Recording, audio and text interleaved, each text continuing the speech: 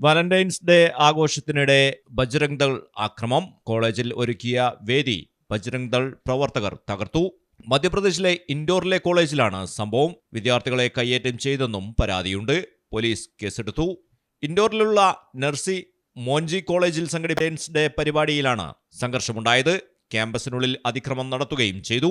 College പരിസരത്ത് വിദ്യാർത്ഥികൾ പരിപാടിയിൽ പങ്കെടുത്തുകൊണ്ടിരിക്കെയാണ് ഒരു കൂട്ടം ആളുകൾ അതിക്രമിച്ചു കയറി അക്രമം അഴിച്ചുവിട്ടത് എന്നാണ് പോലീസ് പറയുന്നത്. ക്യാമ്പസിനുള്ളിലെ വസ്തുക്കൾ നശിപ്പിക്കുകയും സംഘർഷാവസ്ഥ സൃഷ്ടിക്കുകയും ചെയ്യുന്ന ദൃശ്യങ്ങൾ പുറത്തുവന്നു. News desk Malayalam television.